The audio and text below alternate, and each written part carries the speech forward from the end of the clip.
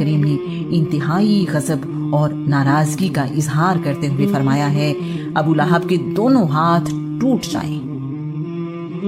آج کا عنوان، گھاٹے کا سودا تو تم نے کیا ہے۔ رسول اللہ صلی اللہ علیہ وآلہ وسلم ایک انقلاب لائے ہیں۔ ان کی لائی ہوئی ہدایت اور سچائی کے جواب میں مکہ کے سرداروں کے پاس کوئی دلیل نہیں ہے۔ مکہ کے لوگ اگر کوئی سوال کرتے ہیں تو رسول اللہ اس کا جواب دیتے ہیں، اگر وہ کوئی اعتراض کرتے ہیں تو رسول اللہ ان لوگوں کو لاجواب کر دیتے ہیں۔ نہ تو ان کے پاس رسول اللہ کے سوالوں کے جواب ہیں اور نہ ہی ایسے سوال جن کے جواب رسول اللہ کے پاس نہ ہوں۔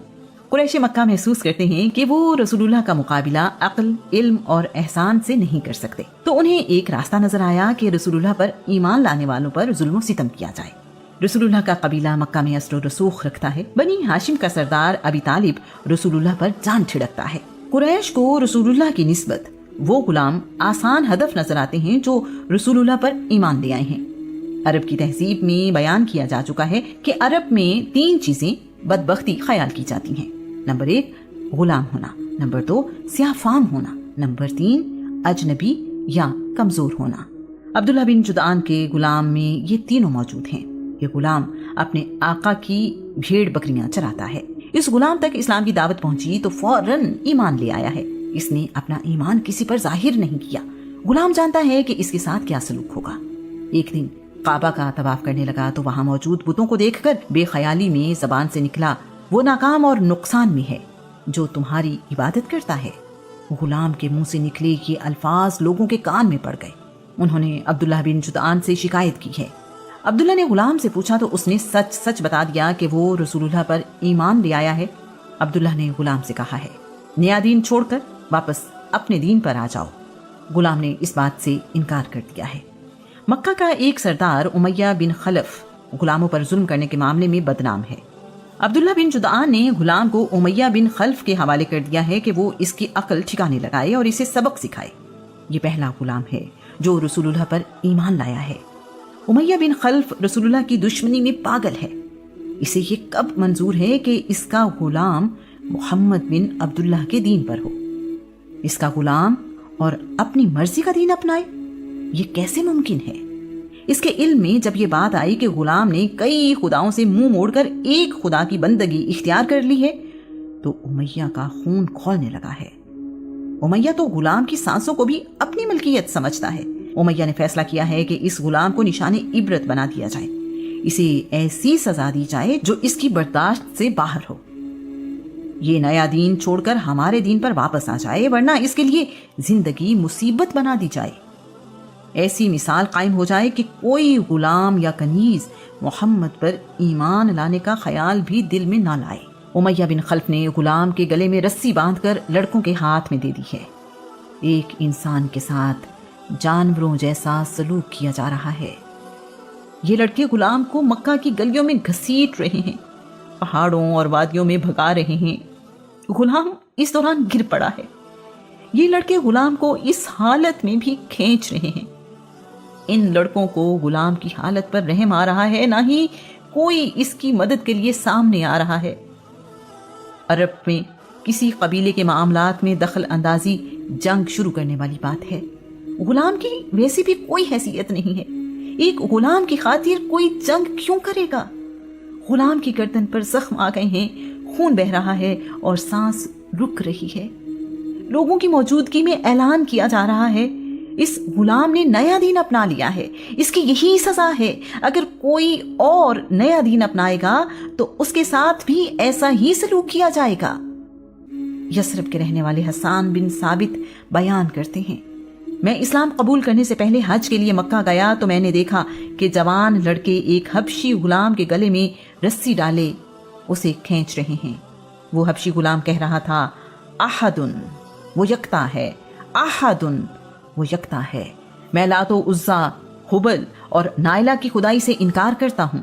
امیہ بن خلف اس سزا کو کافی نہیں سمجھتا۔ گرمیوں کی تپتی دوپہر میں جب مکہ کی زمین تانبے کی طرح گرم ہو گئی ہے، اس نے پتھریلی زمین پر غلام کو لٹا دیا ہے۔